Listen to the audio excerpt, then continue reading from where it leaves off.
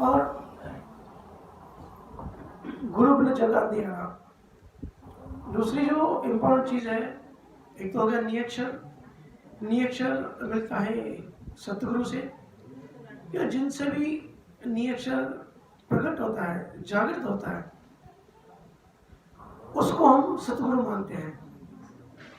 सतगुरु शरीर को नहीं मानते हैं। सतगुरु जो उनके अंदर जो तत्व है, जो वो सत्ता है, वो होती है सतगुरु। न शिष्य, न गुरु का शरीर गुरु होता है, न शिष्य का शरीर शिष्य होता है। शिष्य की जो जीवात्मा होती है वो शिष्य होती है। सतगुरु का जो शरीर होता है उसके अंदर जो नाम तत्व है उसकी। तो ये तो बात हो गई नियक्षर की। दूसरी अगर इम्पोर्टेंट चीज समझेंगे गुरु महाराज की और सारे ज्ञानियों के ज्ञान की, तो वो है रास्ता, शंखनाल और बंकनाल। हमारे अंदर 72 लाख नाड़ियां हैं हमारे नर्वस सिस्टम में। 72 लाख नाड़ियां मतलब 72 लाख रास्ते हैं। अंदर बहुत बड़ी दुनिया, बहुत कॉम्प्लेक्स है। जिनका शब्द मिला हुआ है, जो अंदर की यात्रा कर रहे हैं, उन सबको अनुभव होगा। उसमें से एक रास्ता है जो नियक्षर के साथ सूरज जो रास्ता तय करती है, कंठ कमल, फिर नाभि स्थान, बंकनाल के थ्रू, सुषुम्ना के थ्रू, फिर त्रिकुटी, आगे 13 लोग, दशम द्वार। ये जो रास्ता है, ये जो गुरु महाराज का रास्ता है, ये बिना नियक्षर तय नहीं किया जाता। तो ऐसे समझे कि 72 लाख रास्ते हैं, एक रास्ता सही है जो दशम द्वार परम लोक तक जाता है, बाकी रास्ते यहाँ वहाँ जाके अटक जाते हैं। मेरे से कई लोग पूछते हैं कि दूसरे भी पंथ में भक्तियाँ बताई जाती है, तो उनकी भक्ति और हमारी भक्ति में डिफरेंस क्या है, फर्क क्या है? तो जो दूसरे, अभी नाम तो बहुत सारे हैं, जो मंत्र भी बहुत सारे हैं, जो दूसरे जिसको हम 3 लोग की भक्तियाँ कहते हैं, मंत्र तो वो भी देते हैं। तो फर्क ये होता है कि उनकी जो श्रुति है, उनका जो नाम है, वो थोड़ा आगे जाके कहीं न कहीं रुक जाता है। उनको परम पद तक रास्ता नहीं मिलता, क्योंकि शिष्य में नाड़ी नहीं खुलती। तो दूसरा है रास्ता। जो केवल ज्ञानी होते हैं वो साइंटिस्ट होते हैं, वो वैज्ञानिक होते हैं। गुरु महाराज के ज्ञान को केवल ज्ञान विज्ञान कहते हैं ना, तो ये वैज्ञानिक होते हैं, आध्यात्मिक वैज्ञानिक कहते हैं इनको। तो ये वैज्ञानिक ने डिस्कवर किया कि कैसे जीवात्मा को मोक्ष मिले, इसका रास्ता क्या है। तो एक होगा नियक्षर, दूसरा हुआ बंकनाल का रास्ता, और तीसरा राम नाम सुमिरन।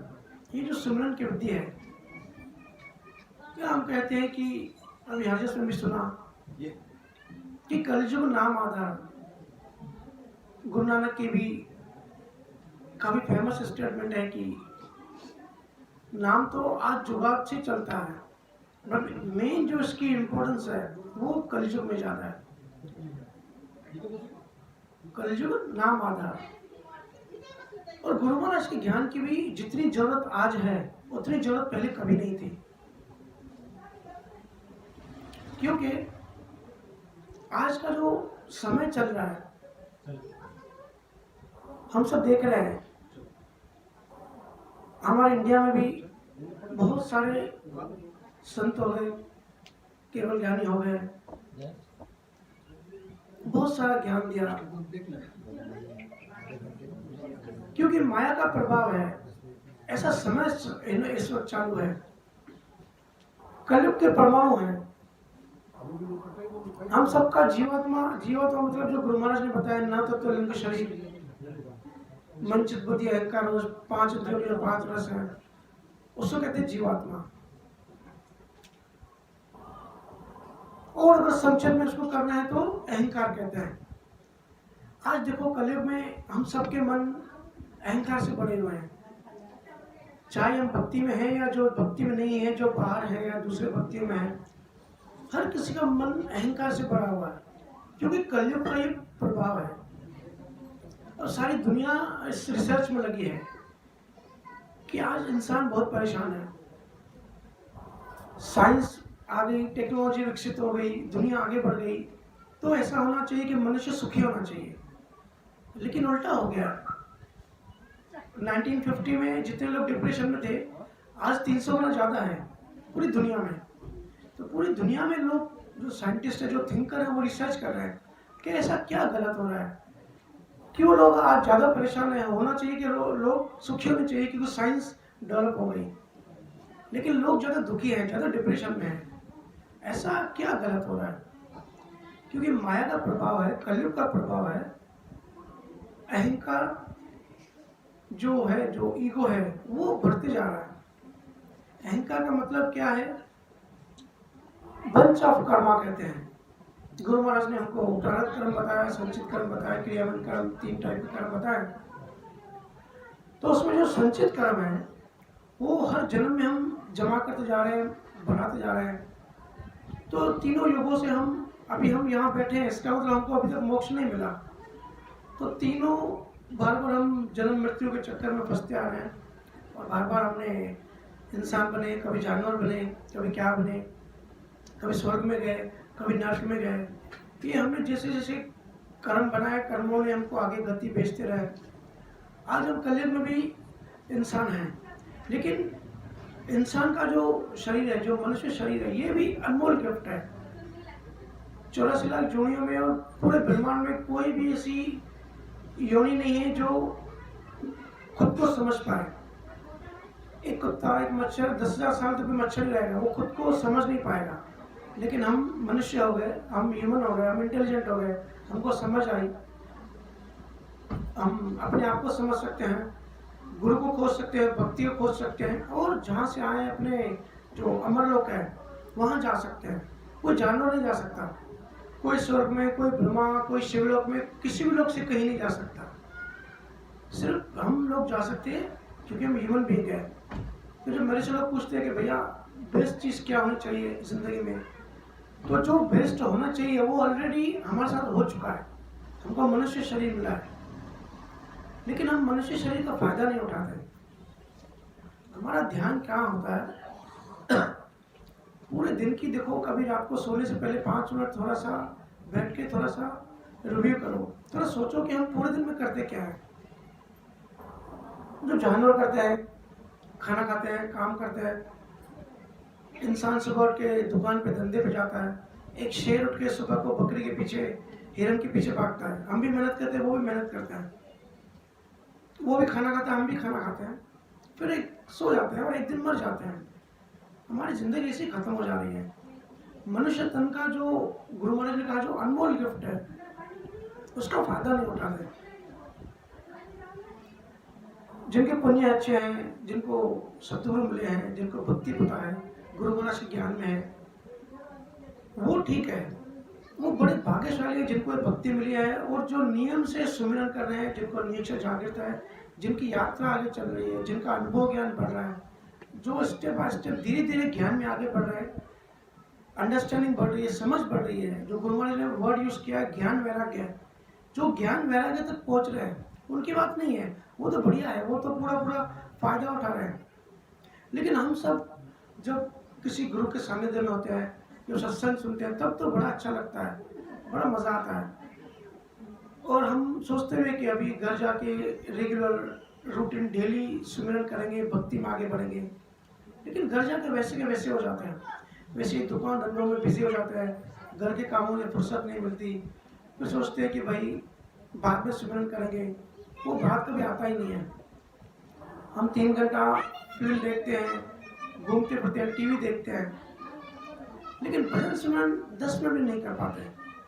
और गुरु महाराज ने हर जगह यही कहा है, सुमिरन की व्याख्या की है। देखो, सुमिरन और जाप में फर्क समझो। एक होता है सुमिरन, एक होता है जाप। अब गुरु महाराज ने विठल की अभी परसों हीरा में सत्संग था, वहाँ विठल का सवाल हमने लिया था। गुरु महाराज ने जिन जिन को भी ज्ञान समझाया, जो रजिस्टर हुआ है, जो नोट हुआ है, गुरु महाराज ने एक बात हर जगह कही है कि प्रेम, सतगुरु के सानिध्य में प्रेम पूर्वक भजन सुमिरन करना है, तो नियक्षर जागृत होता है। विठल ने पूछा कि आप नियक्षर की बात कर रहे हो, तो नियक्षर आखिर पैदा कैसे होता है? गुरु महाराज ने उसको जवाब दिया, नियक्षर पैदा होगा प्रेम से। फिर उसने पूछा प्रेम कैसे पैदा होगा? अभी ऐसे तो किसी से प्रेम होता नहीं है। तो प्रेम पैदा होता है सतगुरु महर से। वो सतगुरु महर कैसे होती है? निजमन देने से। निजमन का मतलब होता है कि सबकॉन्शियसली हमारे दिल की गहराइयों से समर्पण। किसको समर्पण? भक्ति को, गुरु महाराज को, सतगुरु को, जिनके अंदर वो तत्व है। मैं बार बार कहता हूँ, शरीर को गुरु नहीं समझना है, उनके अंदर जो नाम, जो तत्व है, उनको समर्पण करना है। समर्पण का मतलब होता है हमारा अहंकार नाश होना। हम सबको परेशान किया है हमारे मनचित बुद्धि अहंकार ने। इसको गुरु महाराज नवतत्व लिंग शरीर कहते हैं। वो ये नवतत्व लिंग शरीर कैसे खत्म होगा ये दूसरे पंथों में बताया है, लेकिन गुरु महाराज ने जो टेक्निकली जो डिटेल बताई, जो प्रोसेस बताया है कि त्रिकुटी आगे जो 13 लोक है, एक एक लोक में कौन कौन सी देह छूटती है। शिव ब्रह्म के आगे जो है नवतत्व लिंग शरीर वो भी छूट जाता है, फिर उसके आगे श्रुति देह चलती है, उसके आगे दिव्य देह चलती है। तो गुरु महाराज ने बड़ी आगे की बात बताई, पर हम वो समझ नहीं सकते। तो गुरु महाराज ने जो जोर दिया है सुमिरन पे, सुमिरन का मतलब होता है प्रेम पूर्ण सुमिरन। जाप में ये फर्क होता है, जैसे गायत्री मंत्र भी जाप करते हैं, दूसरे मंत्र भी ओम नमः शिवाय या नवकार मंत्र होते हैं जैनों के। ऐसे दुनिया भर में दुर्गा सप्तशती के अपने मंत्र होते हैं, काली के मंत्र होते हैं, मैली विद्या होती है उनके मंत्र हर किसी के होते हैं। लेकिन जहाँ भी सतगुरु और पराभक्ति की बात आती है, जहाँ मोक्ष की बात आती है, जहाँ सत्य की बात आती है, जहाँ अल्टीमेट ट्रूथ की बात आती है, वहाँ एक ही बात आती है, प्रेम पूर्वक। गुरु महाराज ने कहा है कोई विधि करने की जरूरत नहीं है, कोई भी रिचुअल, कोई ढोंग, कोई पूजा पाठ कुछ करने की जरूरत नहीं है। सिर्फ और सिर्फ सतगुरु के सानिध्य में प्रेम से पूरा समर्पण करके सुमिरन करना है।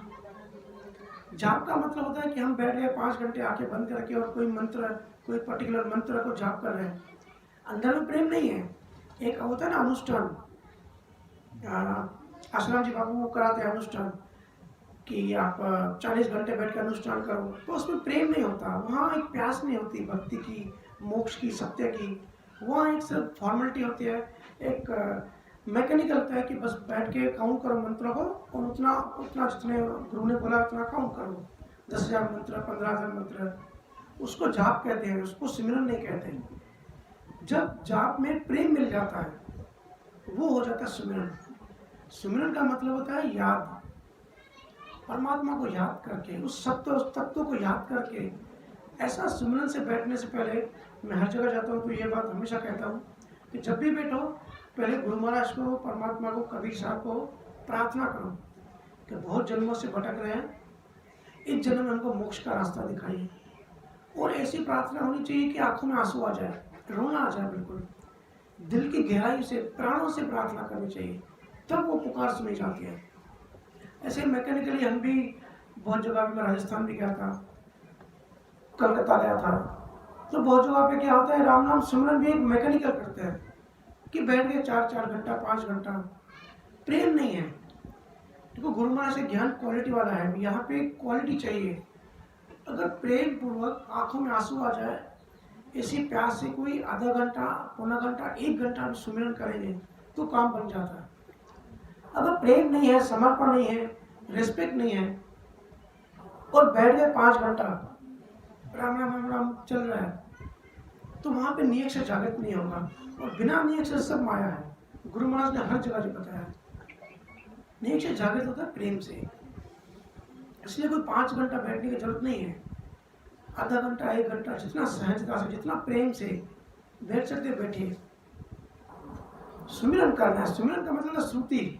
हमारा हॉस्पिटल में हमारा कोई रिलेटिव, कोई रिश्तेदार अगर एडमिट होता है, उसकी तबीयत खराब होती है, या हमारा बच्चा समझो आईसीयू में है, तो हम 1-2 घंटे मिल के आते हैं, फिर घर आते हैं, दुकान पे जाते हैं, तो बैठे घर में होते हैं, बैठे दुकान पे होते हैं, लेकिन हमारी श्रुति लगी रहती है ना हॉस्पिटल में कि हमारा बच्चा वहाँ पर है। ऐसी श्रुति हमेशा परमात्मा में रखनी है। और ऐसा भी नहीं कि 1 घंटा सुमिरन किया और 23 घंटे भूल गए, 1 घंटा भजन किया और 23 घंटे हम संसारी बन गए, 23 घंटे हम राग द्वेष कर रहे हैं, लड़ाई झगड़े कर रहे हैं, बेईमानी चीटिंग कर रहे हैं। क्योंकि सुमिरन का मतलब था 24 घंटा। 24 घंटा भक्ति में, परमात्मा में, गुरु महाराज के ज्ञान में रहना है। देखो गुरु महाराज ने क्यों कहा है कि जीवन मोक्ष मिलेगा ये भक्ति करने से, वो मिलता है बिल्कुल। जीवन मोक्ष का, जीवित मोक्ष का मतलब क्या है? ऐसे हम देखते हैं कि बहुत भक्ति में कहते हैं कि मेरे सानिध्य में आओ या ये अनुष्ठान करो तो आपको मरने के बाद मोक्ष मिलेगा। लेकिन गुरु महाराज ने कहा है कि जीवन मोक्ष मिलना चाहिए। हम सब जीवित हैं तब हमको मोक्ष का अनुभव होना चाहिए। इसका मतलब क्या है? हमको बांधा किसने है? हमको बांधा है हमारे मन ने, हमारे मनचित बुद्धि अहंकार ने। हम पूरा दिन क्या करते हैं? राग द्वेष करते हैं राग द्वेष करते हैं, लड़ाई झगड़ा करते हैं, दूसरे को गिराने में लगे रहते हैं। हमारा मन चलता ही रहता है। थॉट्स बोलते हैं ना भैया, भजन बैठते हैं और विचार चलने लगते हैं। विचार चलते ही रहते हैं, भाव चलते रहते हैं, 24 घंटे बंद ही नहीं होते। क्योंकि हमारी प्रायोरिटी, हमारा जो प्रेम है, समर्पण पूरा नहीं है गुरु महाराज के प्रति, भक्ति के प्रति। अगर हम पूरे समर्पण हैं, पूरा हमारा ध्यान, चाहे हम शरीर से कुछ भी कर रहे हैं, खाना बना रहे हैं या दुकान पर बैठे हैं, हमारा ध्यान अगर भक्ति में है,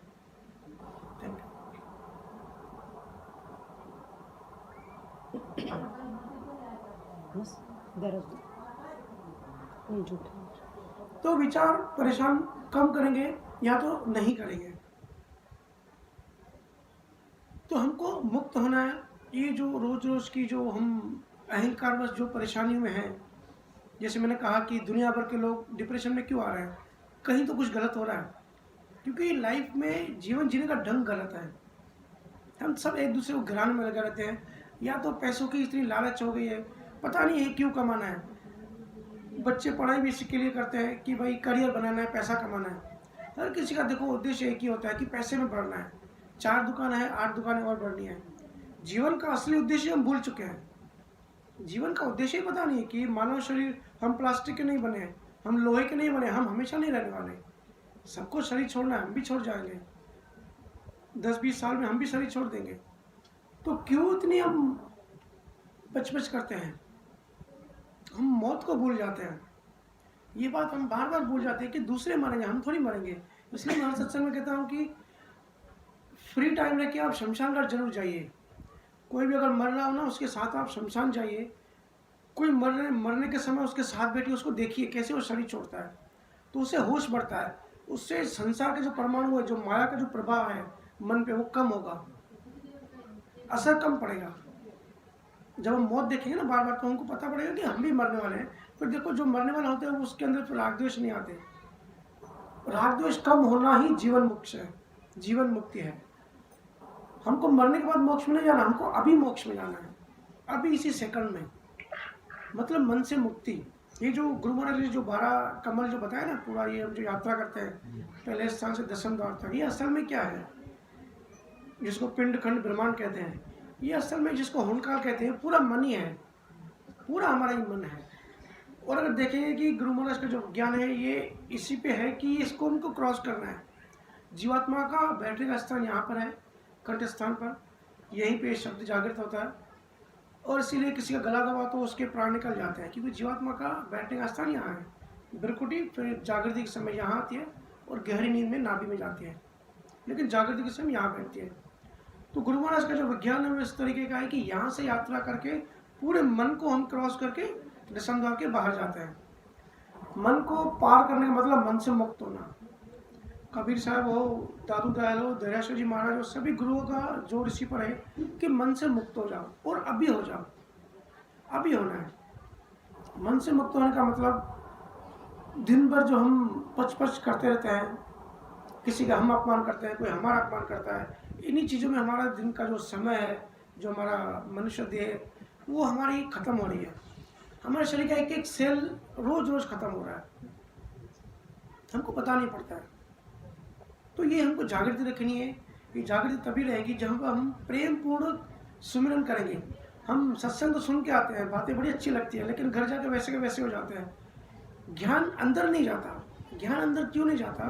गुरु महाराज ने हर जगह एक वर्ड यूज़ किया है, निजमन, कि भाई निजमन दो, निज ना हो। निज का मतलब है डीप, सबकॉन्शियसली, बहुत अंदर तक। गुरु महाराज ने कहा ना कि भाई निजनाव जागृत होता है निजमन देने से। निजमन का मतलब दिल की गहराइयों से, बिल्कुल अंदर डीप तक। तो ज्ञान अंदर क्यों नहीं जाता? क्योंकि हम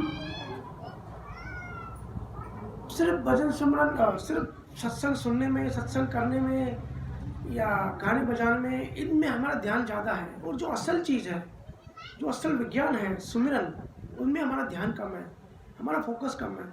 अगर कोई करता भी है, समझो कोई मेरे पास लोग आते कहते हैं भैया हम तो 3-3 घंटे बैठते हैं लेकिन कोई अनुभूति नहीं हो रही है, तो मैं कहता हूँ 3 घंटा आपका 1 मिनट भी आपका काम नहीं हो रहा है, क्योंकि जाप कर रहे हो, सुमिरन नहीं कर रहे हो। आधे घंटे के सुमिरन से काम हो जाता है। ऐसे ही विज्ञान है गुरु महाराज का। आज अगर किसी को फिजिक्स पता है, गुरु महाराज का ज्ञान पूरा पूरा क्वांटम फिजिक्स है। जो हम अनुभूति फील करते हैं ना, किसी ने अगर साइंस पढ़ी होगी, आज साइंस भी मान रही है कि शुरुआत में जब बिग बैंग हुआ, उत्पत्ति हुई, तो पहला हाइड्रोजन का एक अणु बना जिसको एटॉम कहते हैं। तो एक इलेक्ट्रॉन और एक प्रोटॉन वो मिलके हाइड्रोजन बना। तो सेम गुरु महाराज ने 300 साल पहले बता दिया कैसे जीवात्मा पैदा हुई पार ब्रह्म से, कैसे वो आगे बढ़ते बढ़ते नीचे गिरी शिव ब्रह्म, फिर चिदानंद ब्रह्म में चेतना हुई।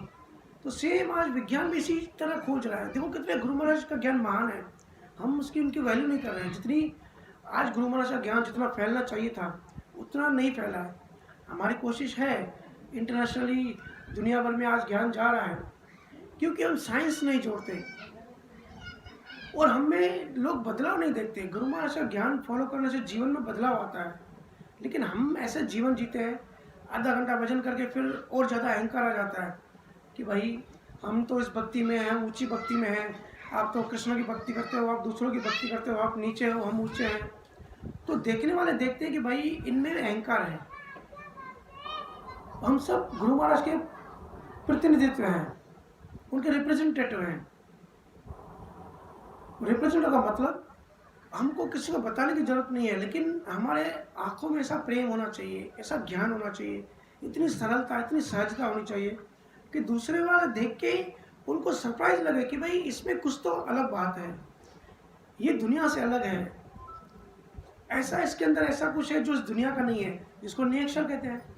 नियक्षर बाहर से आता है ना, वैराग्य से आता है, सत्य स्वरूप से आता है, वो बाहर की चीज़ है, इस ब्रह्मांड की चीज़ नहीं है।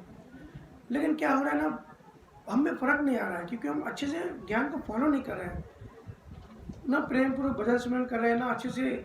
जितना हम मनुष्य होने का हमारा फर्ज ये है कि जितना ज्ञान हमने समझा है, सहजता से हमको सबको ज्ञान समझाना है और बताना है। लेकिन जब तक हमारे में डिफरेंस नहीं होगा, आज हमारे देखो बच्चे ही नहीं सुनते। मेरे पास लोग आते, भैया हमारे पापा भी राम से नहीं थे, हम भी राम से नहीं है, लेकिन हमारे बच्चे नहीं सुनते।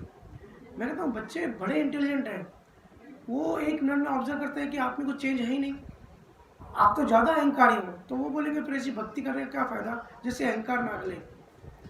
गुरु महाराज ने कहा है कि भक्ति ऐसी है जैसे समुद्र में वो लूण होता है, नमक का पुतला डाल दो तो पुतला गलता जाता है। तो राम नाम सिमरन करने से, एक एक स्थान आगे बढ़ने से, जब हमारा ज्ञान, अनुभव ज्ञान बढ़ता है, तो हमारा अहंकार गलना चालू करता है। धीरे धीरे अहंकार कम होते होते तो खत्म हो जाता है। तो वो फिर लोगों को पता भी नहीं पड़ता है, लेकिन सही प्रोसेस ना होने की वजह से हम प्रोसेस नहीं कर पाते, इसलिए हमारा अहंकार गलता नहीं है, फिर भक्ति इतनी फैल नहीं पा रही है। नहीं तो आज 207 साल हो गए, देखिए 300 साल हो गए गुरु महाराज के ज्ञान को। इंटरनेशनली बहुत आगे जाना चाहिए था, क्योंकि राम नाम सिमरन की अगर नियक्षर की बात भी छोड़ दे, बाकी चीज़ें भी छोड़ दे, सिर्फ राम नाम करने का जो प्रोसेस है ये इतना साइंटिफिक है, इतना वैज्ञानिक है। अगर कोई डिप्रेशन में है, किसी को नींद नहीं आ रही है, उसको सिर्फ 10 मिनट आप बैठा दो, बोलो भाई ऐसे रीट कटी सीधी करके सोने से पहले 10 मिनट सुमरन कर दो, सुमरन करो, देखो फर्क आना चालू हो जाएगा उसको। साइकोलॉजिस्ट बड़ी बड़ी थेरेपीज करते हैं, shock therapy, blue therapies, acupuncture करते हैं ना। मेरी डॉक्टर से बात होती है, उठना बैठना होता है। अगर किसी को राम नाम सिमरन सिर्फ बैठा दिया, करवा दिया, तो उस थेरेपी से भी कुछ जरूरत नहीं पड़ती उनकी भी, इतना आसानी से हो जाता है। क्योंकि मन हमारा है ना तरंगे है, मन में जो है ना कर्म कैसे बनते हैं, जैसे गुरु महाराज ने कहा है कि क्रियामन कर्म हम रोज रोज बनाते हैं। तो हम जो दिन भर में लोगों के साथ उठते बैठते हैं, जो डील करते हैं, बातें करते हैं, तो हमारे मन में इमोशंस, भाव पैदा होते हैं। वो भाव होते हैं, वो कर्म, वो हमारे मन पे जमा होते जाते हैं। तो वो अगर साफ नहीं होंगे, वहाँ से डिलीट नहीं होंगे, वहाँ से निकलेंगे नहीं, तब तक हमारा अहंकार नहीं गलेगा, उल्टा और हम नीचे करते जाएंगे। तो राम नाम सुमरन क्या करता है, राम और अलंकार मक्का की जो तरंग है, ये जो कर्मों की तरंग है, उसके ऑपोजिट अलंकार मक्का की तरंग है, वो तरंगों से वो डिलीट होता है। जैसे लोहा लोहे को काटता है, जहर जहर को काटता है, ऐसे राम नाम की तरंग उन कर्मों की तरंगों को, उन इमोशंस को काट देती है। तो मन हमारा हल्का होने लगता है। कोई बहुत ज़्यादा नॉनवेज खा रहा है, ड्रिंक कर रहा है, कुछ मत समझाओ, कुछ मत, सिर्फ बोलो आप आधा घंटा सिमरन करना चालू कर दो। क्योंकि वो एडिक्शन है। वो एडिक्शन आदत क्यों पड़ती है, हमारे ब्रेन में एक हार्मोन है डोपामाइन, वो पैदा होना बंद हो जाता है, तो वो बाहर से को ढूंढते हैं, तो उनको फिर आदत पड़ जाती है। लेकिन ये सिमरन इतना वैज्ञानिक है। अभी तो मैं नी अक्षर की बात नहीं कर रहा हूँ, जिनको नी अक्षर जागृत नहीं है, सिर्फ सिमरन करने से ही हमारे ब्रेन के जो केमिकल्स हैं, जिनका बैलेंस बिगड़ जाता है, वो बैलेंस होना चालू हो जाता है। तो जो हार्मोन कम पैदा होता है वो नेचुरली पैदा हो जाता है राम नाम सिमरन से, सहज ही पैदा हो जाता है। तो फिर उनको इतनी कशिश, इतनी जो खिंचाव होता है, वो खिंचाव कम होने लगता है और मन शांत होने लगता है। तो बहुत सारे बेनिफिट हैं। 1 घंटे में हम इतनी ज़्यादा बात नहीं कर सकते। हमारे बुधवार सत्संग होते हैं, यूट्यूब पे भी है, वो आप सुन सकते हैं। फिर उसमें हम ज़्यादा डिटेल में बात करते हैं, वहाँ क्वेश्चन आंसर सेशन भी होते हैं, इंटरनेशनली लोग जुड़ते हैं वहाँ पे। लेकिन हमको जो सार समझना है वो ये है, समझना है कि सतगुरु को ढूंढना है। ऐसा सतगुरु जिनके अंदर निरीक्षण हो, निज नाम हो, वो तत्व हो, उनके सानिध्य में, उनकी आज्ञानुसार रोज सिमरन करना है।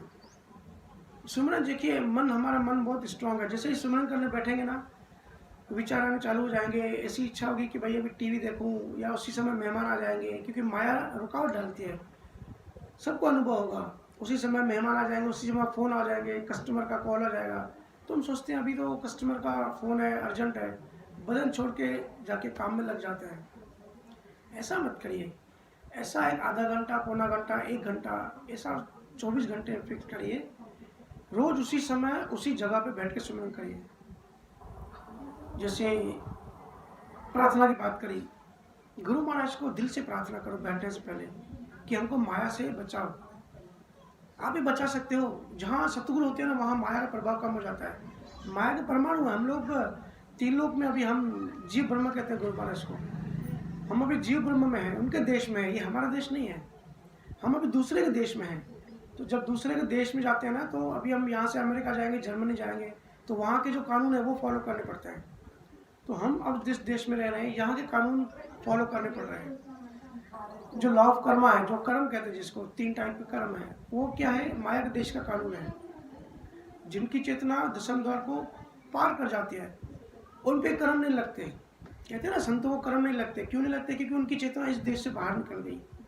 लेकिन अभी हम इस देश में हैं, तो माया के घर में है, तो इसके लिए माया का जो प्रभाव है, माया के जो परमाणु है, जैसे ही संतों से दूर गए, जैसे सत्संग से दूर गए, बदन समय से उठ के जैसे दुकान में गए, पूरा मन हावी हो जाता है। हम सत्संग में बड़ी बड़ी बातें सुनते हैं, केवल ज्ञान की बातें सुनते हैं। इवन सत्संग करने वाले भी बड़ी बड़ी केवल ज्ञान की बात करते हैं स्टेज पे बैठ के, लेकिन वही दुकान पे जाके 100 रुपए की फिर बेईमानी करना चालू करता है। होता है ना ऐसे, क्योंकि माया का प्रभाव, भारी प्रभाव है। गुरु महाराज को प्रार्थना करके सतगुरु के सानिध्य में, जितना सतगुरु आपको मन के साथ आपको समय दे, बड़े समय का पक्का नियम बनाइए। भले बाकी कुछ करने का समय मिले चाहे ना मिले, 23 घंटे दूसरों की सेवा, पति पत्नी, बच्चे, फैमिली, परिवार जो भी है, संसार, दोस्त यार, उनको 1 घंटा, आधा घंटा अपनी आत्मा के लिए, अपने खुद के लिए। उस समय मोबाइल सब रूम के बाहर रख दो। तो माया के सब ये प्रतिनिधि है, सब डिस्टर्ब करने के लिए हमको। कोई भी इम्पोर्टेंट मेहमान आ जाए, हमारे जब बुधवार सत्संग होता है तो कई लोग बताते हैं, भैया सही में ऐसा होता है, जैसे ही सत्संग चालू होने वाला होता है उसी समय मेहमान आ जाता है। बोलते ऐसे अनुभव होता है कि रुकावटें आने चालू हो जाती है। तो रुकावटें आएंगी, लेकिन हमको पक्का बनना है। गुरु महाराज कहते हैं ना, जो भक्ति होता है ना, शूरवीर होता है। देखिए, संसार के जितने भी रिश्ते हैं ना, सब कर्मों के जैसे हैं। माँ बाप, भाई बहन, हमने चूज नहीं किया, हम तो पैदा हो गए। हम तो मारवाड़ी के घर में जन्म लिया, सिंधी के घर में, हिंदू के घर में, मुस्लिम के घर में हमने जन्म लिया। हमको पता नहीं है, हम तो पैदा हो गए। क्यों पैदा हुए? हमारे कर्मों का हिसाब किताब था। ठीक है, जितने भी रिश्ते नाते ना, सब कर्मों से चलते हैं। वो सारे रिश्ते नाते मतलब क्या होते हैं? तो अगर गहराई में जाके स्टडी करेंगे तो पता पड़ेगा सच्चा रिश्ता होता है सिर्फ सतगुरु से, क्योंकि सत्य जो है वो सतगुरु सत्य की बात करेगा, वो सत्य तक पहुंचा देगा। बाकी सारे रिश्ते नाते तो मायावी है और माया में फंसाने के लिए होते हैं। इसलिए अपनी घर की दुकान की जो भी हम दुकान धंधा करते हैं या नौकरी करते हैं, बड़ी ईमानदारी से बड़ी जिम्मेदारी से वो काम पूरा करना है। लेकिन आधा घंटा 1 घंटा भजन सिमरन का कैसे भी करके निकालना ही है, क्योंकि हम कितने में बिजी है, नहाते जरूर हैं क्योंकि शरीर पे कचरा आ जाता है, दांत जरूर साफ करता है। ये मन का साफ करना, ये मन का नहाना है। हमको मन का नहाना किसी ने सिखाया ही नहीं। माँ बाप ने सिखा दिया कि भाई रोज नहाना चाहिए क्योंकि शरीर पे कचरा पड़ता है, लेकिन रोज मन पे भी कचरा पड़ रहा है और शरीर से ज़्यादा कचरा पड़ रहा है। तो राम नाम की जो तरंग है ना, निरंकार मक्कार की, जैसी गुरु महाराज ने बात की है, उस तरंगों से हमारे मन की सफाई होती है। मन जो हमारा बड़ा अहंकारी हो गया है, धीरे धीरे छोटा होने लगता है। तो जब मन छोटा होने लगता है, मन शांत होने लगता है। तो लोग कहते हैं कि भैया मोक्ष तो दूर की बात है, हमारा मन शांति नहीं, अशांत है। गुस्सा हमारी नाक पे चढ़ा रहता है, गुस्सा कंट्रोल नहीं होता, एक पागलपन सा आ जाता है। वो कैसे हो? क्योंकि हम गलत ढंग से सुमिरन करते हैं, गलत ढंग से गुरु महाराज से ज्ञान समझते तो हैं, लेकिन अच्छे से फॉलो नहीं करते हैं। कह रहा हूँ ना कि आज साइंटिस्ट जब कोरोना हुआ था तब सिंगापुर यूनिवर्सिटी में कांटेक्ट किया था। वहाँ उनको बोले थे कि क्योंकि हम जब सिमरन करते हैं ना आती जाती श्वास में, तो हमारा जो लंग्स है उसमें ऑक्सीजन बढ़ जाता है, 25% ऑक्सीजन ज़्यादा हो जाता है। और कोरोना में बीमारी क्या हो रही थी, वो वायरस ऑक्सीजन को कम कर रहा था। तो मैंने सिंगापुर यूनिवर्सिटी वालों को चैलेंज किया कि इस प्रोसेस से आप वहाँ के लोगों को सिमरन कराओ, देखो कोरोना ठीक हो रहा है कि नहीं हो रहा है। काफ़ी सारे एक्सपेरिमेंट हुए। अभी भी हमारी कोशिश चालू है कि मुंबई यूनिवर्सिटी या दूसरी यूनिवर्सिटीज़ में और दूसरे इंटरनेशनली कि गुरु महाराज का जो ज्ञान है, जो राम नाम सुनने का जो प्रोसेस है, या जो साइकोलॉजिस्ट है, साइकेट्रिक होते हैं, जो मेंटल पागलों का जो इलाज करते हैं, उनको आप सिर्फ राम नाम सुनन करा के देखो और फर्क देखो कितना जल्दी पड़ रहा है। बहुत बड़ी विद्या है ये। जैसे हाथी के पैर में सारे जंगल में जितने जानवर होते हैं, हाथी के पैर में सब जानवरों के पैर आ गए। ऐसी ये इतनी साइंटिफिक प्रोसेस है, इसमें दुनिया के सारी थेरेपीज आ गई, सारे ध्यान आ गए।